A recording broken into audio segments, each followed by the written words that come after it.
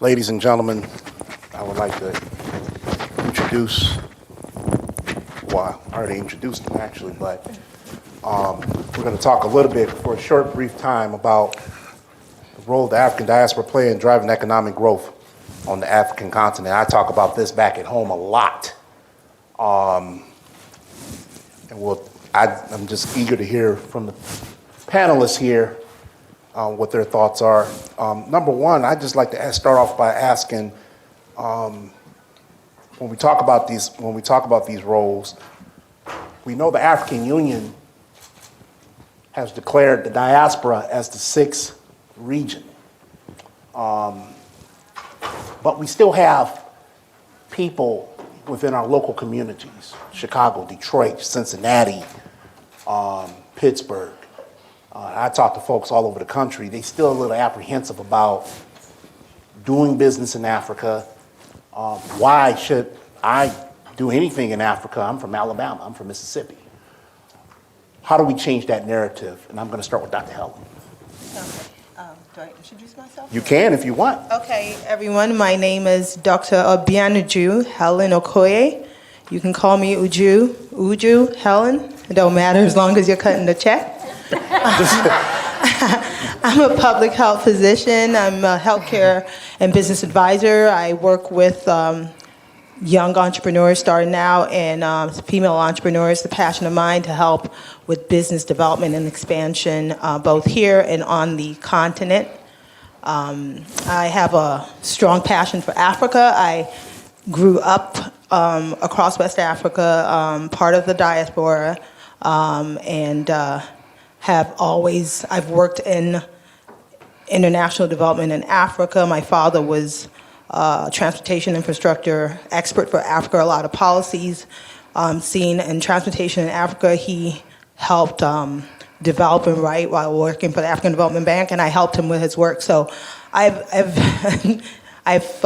spent quite a number of time just in terms of trying to understand Africa's problem and Africa's future and trying to be a part of it.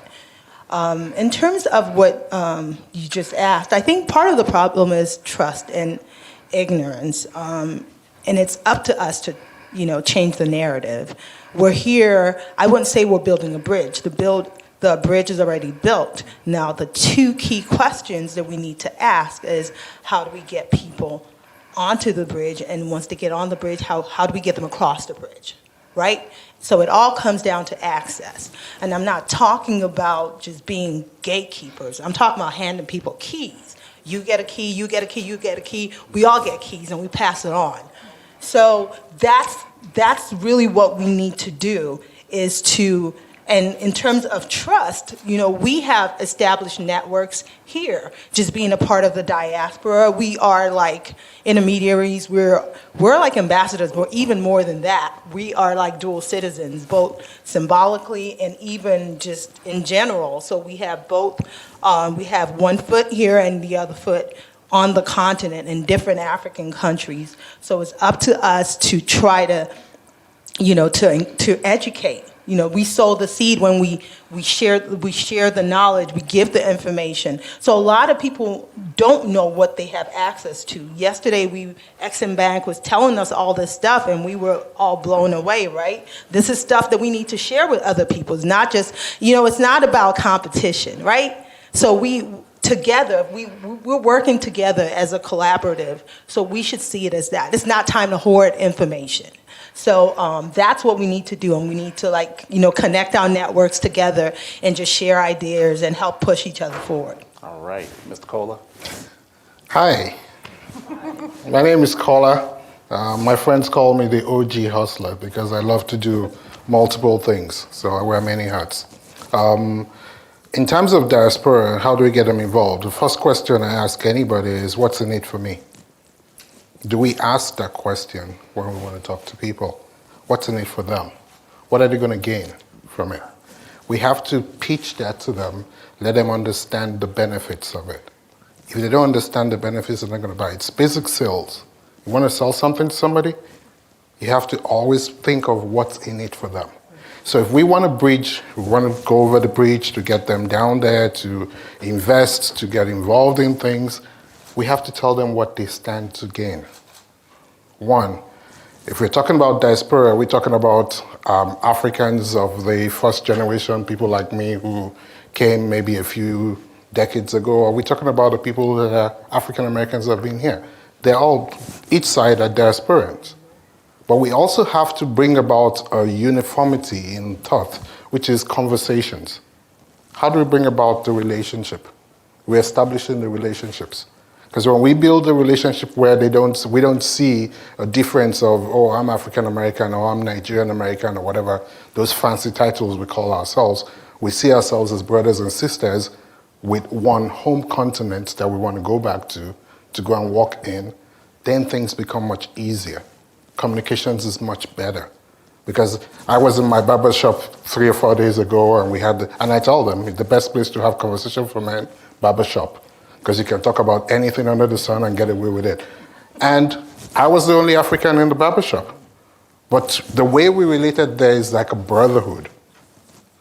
And when we continue to build on that, then it becomes much easier to say, hey, some of them actually want to go with me back to Nigeria.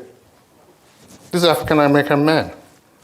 But because of the relationship I've built with them, now they see that place as home. They want to now go and explore home.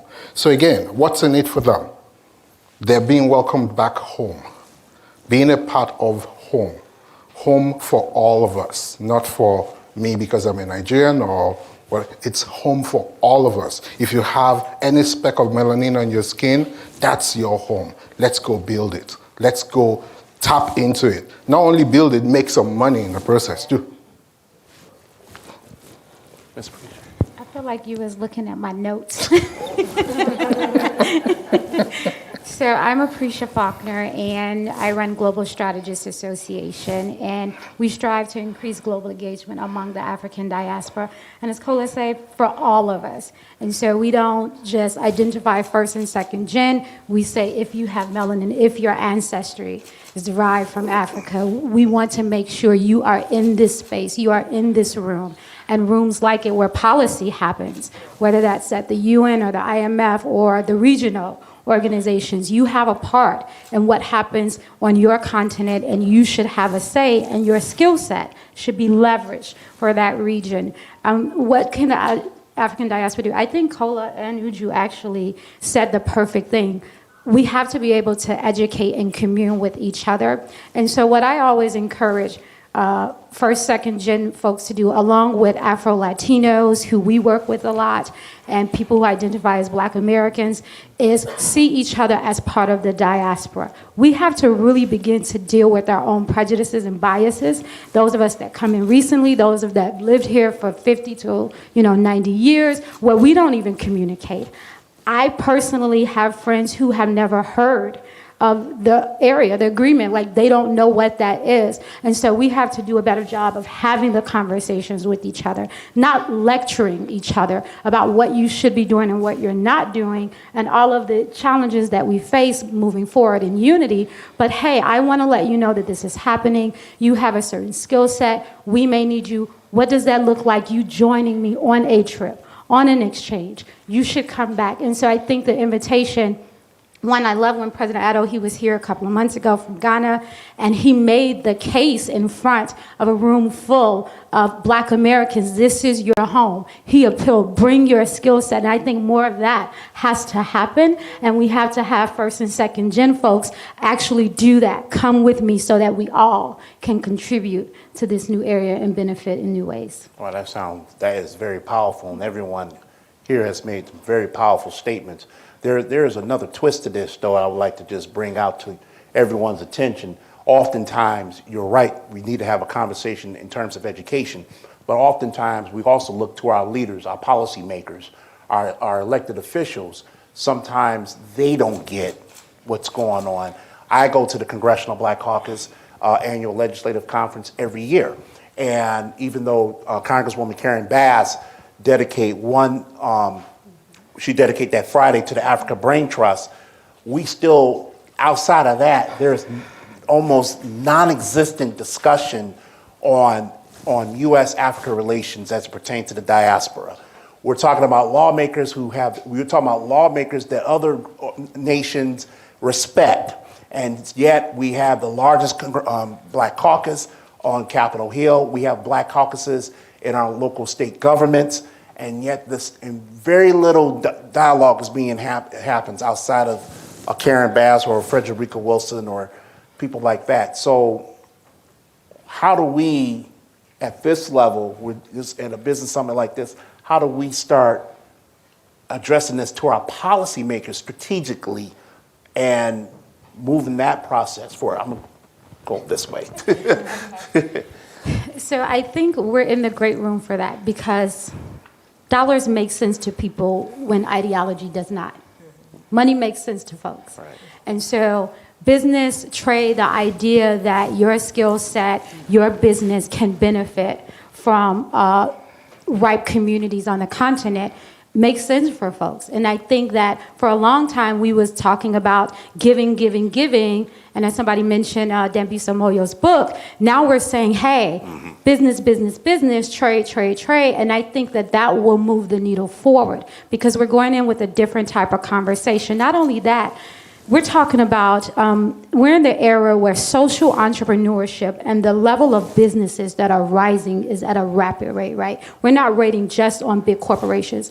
There are collaborations that are happening with people in Kenya and people in Chicago connecting. There are people that are connecting with people in Ethiopia, connecting with people in DC. So there are global leaders that we don't know about that are developing apps, that are developing medical devices, that are moving money, and that are trading right now that we don't know their name. So I think we have to look at social entrepreneurship. One other thing is, I hate to be all feministic, but, Black women are really out here doing our work. In America, we start more businesses than any other demographic, period. And so how many Black women that want to go and want to trade or collaborate? And so I always say there are 2 C's that we need to make sure that we do on the continent: connect and collaborate. There's somebody doing something similar over there, connect with them. Don't just depend on corporations. Your social entrepreneurs, your developers, your IT folks, those people also have resources to help move the continent, and we just have to invest in them. Amen. Well, if you're talking about getting policymakers involved, well, you have to educate them as well. Just because they win elections and have titles doesn't mean they know anything. Actually, I have a disdain for politicians. Many of them are my friends. Ironically, honestly, I have a bunch of them that are friends. But the thing doesn't, just because they're there, we still have to do our job of educating them, bringing them into the fold, sharing with them what's really going on. Because they have enough in their plates as well that they have to deal with that they may miss these things that's going on in here. So we have to reach out to them. Relationship, the other thing which is political in perspective, and I share this with my friends my brothers who are African American. How often do we sponsor and help these politicians financially? Especially within the Black community. We talk about wanting our fellow people to be running things, but we don't back them. So you have the suburban Caucasians sponsoring them, and we sit back and we issue directives and ask things of them. Let's be honest with ourselves. We have to support them. When you support, when money talks, with whether it's your $5 or $500 or Naira or whatever, that you're helping to get them in there, they're prone to listen to you more. You have more influence on how they look at things. So we need to support them to get them to come in and sit down with us. And then we can now have more dialogue about how we want certain things to go a certain way. They will listen. He who pays the piper dictates the tune. You want them to listen to you? Show them the money. Support them. Help them. Help them win their elections. Be there for them. Bring them to rooms like this, in this kind of events. Let them come and learn more about these things. Because like I said, just because they have a title doesn't mean they know everything. Right. They need to be educated just as much as the next person. I actually agree. I agree with what's been said. I think also if we let them know how it's going to benefit their community and their constituents, then they're bound to, want to come on board. So if we're telling them, well, look at so-and-so, they have this service in your community, but you know what? They can get access with, especially with the African Continental Free Trade Agreement. Now, they have access to millions of people, and that money's going to come back to your community. Then we can start, then they'll be eager to want to be part of this movement too as well. So that's something that we need to, again, it comes down to educating and sowing that seed, but not only that, also helping to grow, not just to sow the seed, but you also want to help them grow the plant, because obviously they do have a lot of work, and we're more informed than they are concerning these issues. Also linking them up with politicians and government officials on the other side, because a lot of times people do want to be a part of it, they just don't know how. So we can use our network or leverage on our network to help them out and say, oh, you know what, I know the president of this country, or I know the minister in this country, and he's the one that makes the decisions and the policy, so he'll sort out whatever you need. And so they're more eager because you've done the groundwork to help them out. Fantastic. I understand, and I want to piggyback what you're saying. You're right. It's important to understand policymakers on the other side of the Atlantic, in the Caribbean, things in places like that. Also, through my personal journey, we talk about engaging African American businesses. African American businesses, some are interested in doing business in Africa, others are not. We have, Black Chamber of Commerce's, National Black Chamber of Commerce's. They have conferences and things of that nature. There's my understanding, there is a national, I forget the name of it offhand, but it represents black banks in the United States. And yet we heard yesterday, you mentioned the XMIM Bank, in terms of trying to engage minorities into this track that is almost little to non-existent. So when we talk about, and anybody can jump in this for this question, when we talk about changing the narrative with our African American businesses, whether you're here in Chicago, Milwaukee, Detroit, how do we change that narrative to help? And I want to say what you said, make sure that they're stakeholders at this. But what strategies can we utilize in this room? What strategies can we utilize to make that possible or make that a reality? Anybody can jump in for this one. So in Chicago, we just had a good example of this. So in Chicago, we had several black banks a decade ago, right? Now we only have two. The last two that are left were having very challenging times. They pretty much were going to go out of business, but a Ghanaian family came in. It's called GN Bank, and literally saved them at the last moment. What they did was, when they realized that they were going to purchase the bank, they went around to all of the communities, spoke to the members. They didn't change the name right away. You probably can attest to this. They didn't change the name right away. They went in, they asked who were the playmakers there, who were the community leaders. They went around, I literally saw them everywhere I went on a tour. They did a tour to the black businesses. We're thinking about buying Illinois Savings Federal. We're interested in, what do you think? What do you need from us? How can we support you? They did that for about a year. After a year, they purchased the bank, right? Mm-hmm. It might have been a little bit more, but they purchased the bank. They didn't change the names. There was only two left. They didn't change the names. They constantly, though, still going in the community. I see them hosting events. I see them hosting business leaders. They're sponsoring the community and the things that they need. I see their name. Probably a little bit after that, they changed the name of the bank. What happened, though? They was very intentional and sensitive to what the community needed. Now, had they went in there right away and changed everything, the community would have felt like they came in and took over. But they got the community leaders involved. They introduced themselves. They had business lunches, business meetings, sat down with the community members, asked how can we support. There was a job fair. We want to hire you all. We want to do this over. We want your input. Because obviously something wasn't right that they were going out of business, right? The last two banks in Chicago. And now when you hear their name, people are like, oh, I know them. They're awesome. They're business leaders. But what do they want too? They want to let people know what's happening in Ghana. And now, when people hear their name or think about going to Ghana, they'll think of those two people who came in very intentional but very sensitive to the culture and the community that they came into. So I think that that's one of the ways that we can get Black businesses involved, is looking at the landscape. Don't just throw a blanket over everything and say, okay, this is where we're going to do it, but how do you need us to customize it for you, that we can make sure we're building a relationship that lasts beyond the bank, that goes beyond this, goes into the future. All right. Anybody? Well, I'm fully in support of the points that Appreccia shared, and to just build further on it. In any relationship that you want to build, you want to spend some time and invest time in it. And in any relationship, you need to learn about each other. If you don't take the time to learn about the people you want to work with, you're probably going to stumble. You may be lucky enough where after some stumbles, you get things going. If we want the Black businesses, the diasporans to come in and do, if you want the officers, the politicians to get in, you have to understand them, understand their needs.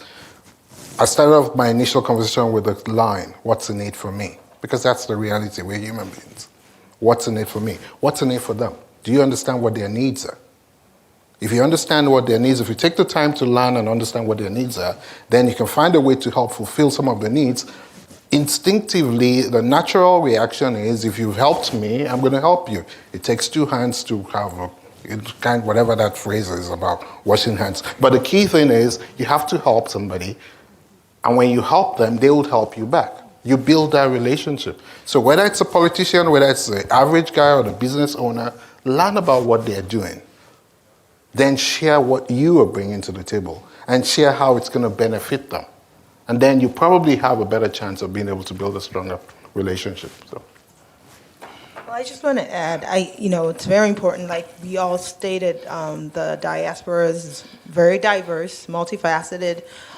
So cultural understanding is very key to moving that relationship forward.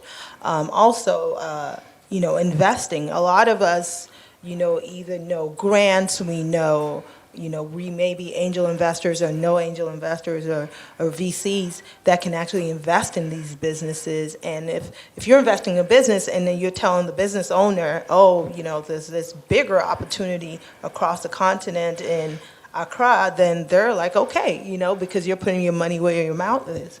So I think that that's really important too as well. Do you feel that other sectors,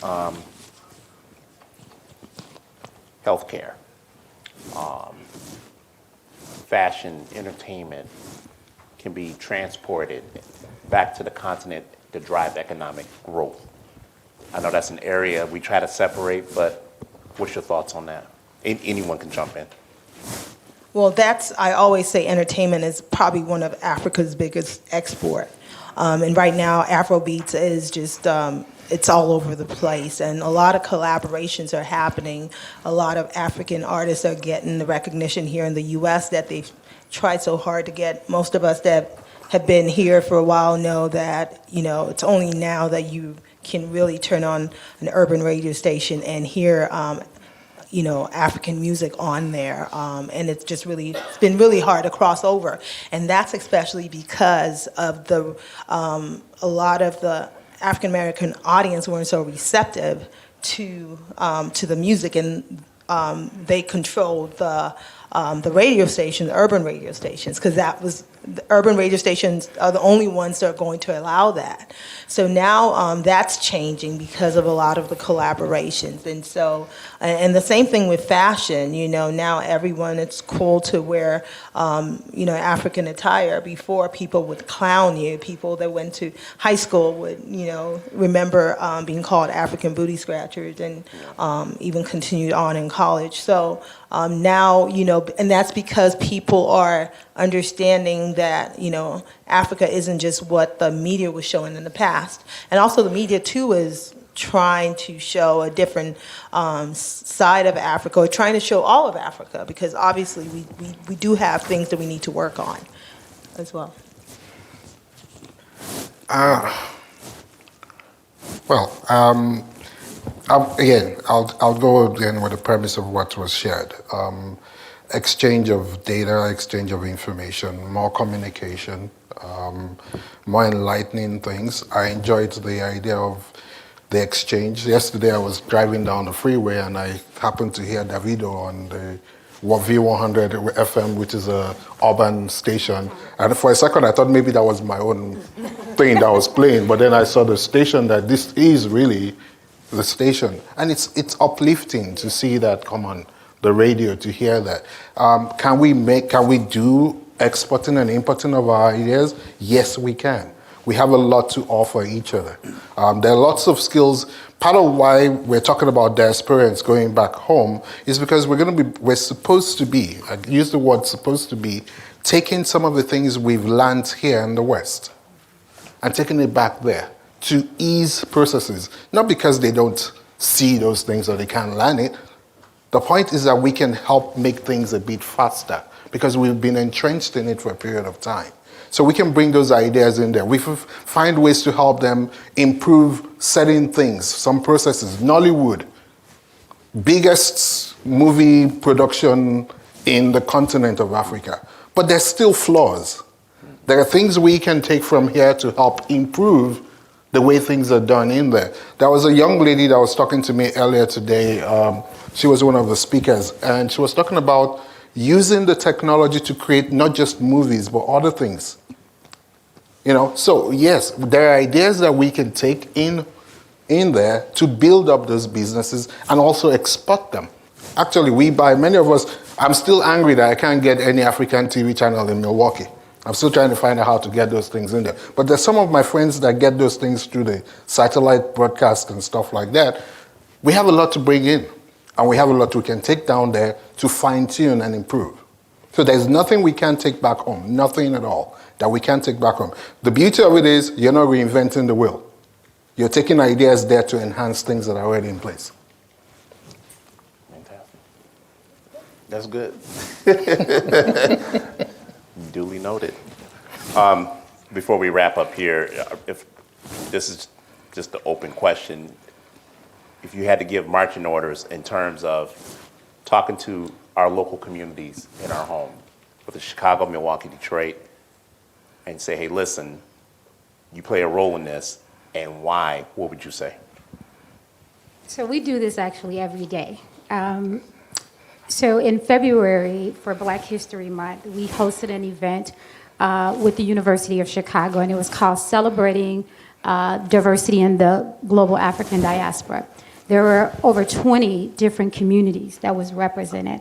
And one of the communities that was represented that we don't see or hear enough from is Afro-Latino communities, right? So we had Afro-Panamanians, Afro-Colombians, Afro-Brazilians just showing up and celebrating with a very large Nigerian community, Ghanaian community, Black Americans, people who identify wherever they are in the diaspora. And I think we have to do more of intentional engagement. So what we do every day is say, who have you introduced yourself to in the diaspora that does not have your background? And how have you helped informed, what they do in the future? And that has to be intentional from us from a humanity perspective, not just from a business perspective. You have to be able to look at somebody and say, I think you need to be in the room and I think you need to be on this journey with me because you're my brother and my sister. And if we make money along the way, that's awesome. But being intentional about engaging each other around this, and I think people would be more fluid in wanting to go. They won't be feeling like they're forced to do it because it'll be very organic. It'll be very natural because you genuinely care about that person and that individual. And just because you have African ancestry, I already feel a kinship.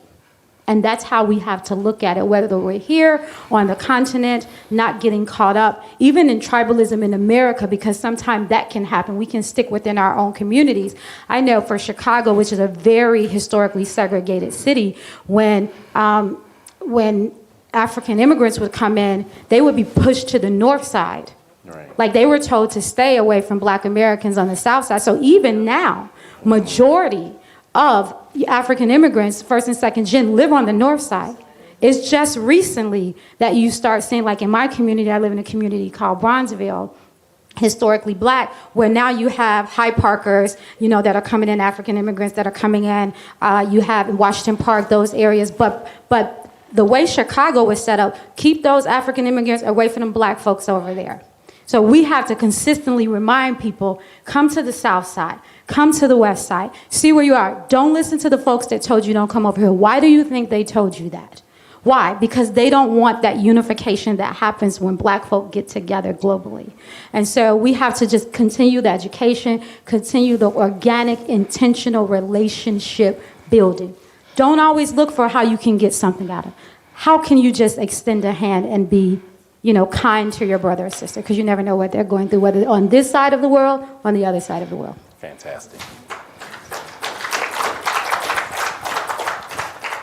Well, I'm not the most. There's a phrase in America they call political correctness. I'm not PC, and so my methodology is by hook or crook. I'm going to get you there. You have to go home. Africa is your home. Because sometimes, when you go about it the nice way, sometimes it works, sometimes it doesn't work, because you don't know the different things that are going on behind the scenes with people. Right now, in November, I'm taking a delegation of 12 people to Nigeria. I'm using a different platform. The immediate past district governor for Rotary International, and the first black one in Wisconsin in 100 years of existence.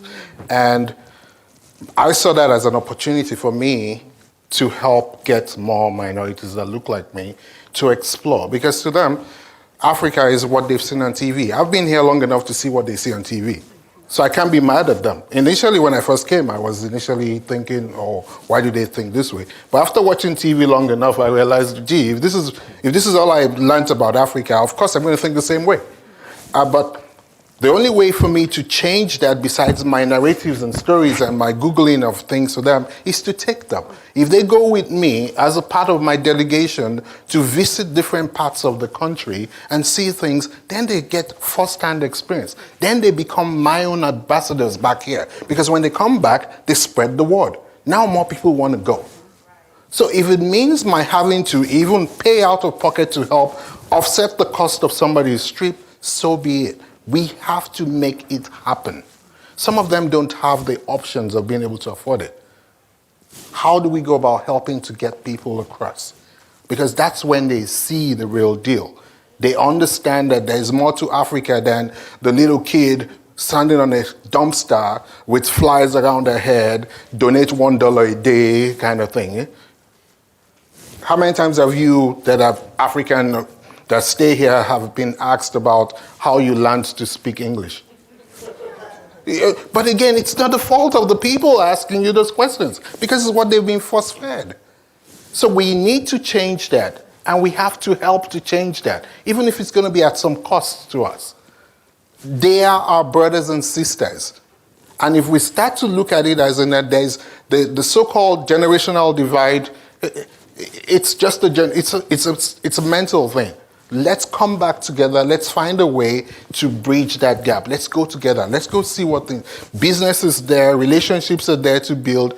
Gee, I have some brothers in there who can make do with some beautiful sisters out in here. I mean, seriously, there are lots of things we can do. We have to stop thinking in a box kind of thing. We have to think on a broader picture of, let's reestablish these relationships. Let's reconnect. And once we reconnect everything, things start to change. Then we won't be having the Nigerian community in one side or some African American community here. We become one. Like I said, my barbershop, we have had to have discussions. They don't see me as a Nigerian guy. They see their brother.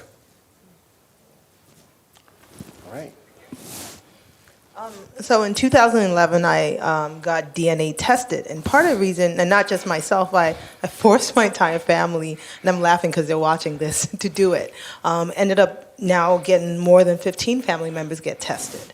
And so in doing so, matching a lot of people of African descent, both here in the U.S. and the Caribbean, and then they're able to see Africa now turns into, it's not, okay, well, I think this is where my ancestors came from, but I know this is where my ancestors came from because they see me. And somewhere, if you go back 6, 7 generations, we had the same ancestor.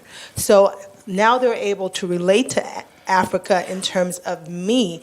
They give me the audience. I'm able to redirect them in terms of trying to give them the information they need concerning the continent, trying to inform them. And so a lot of them now has gone, I give them business advice, I give them career advice, and we're discussing about plans and opportunity. And so that's, and I think that once we are able to relate to people individually, then we can, one person changes a community.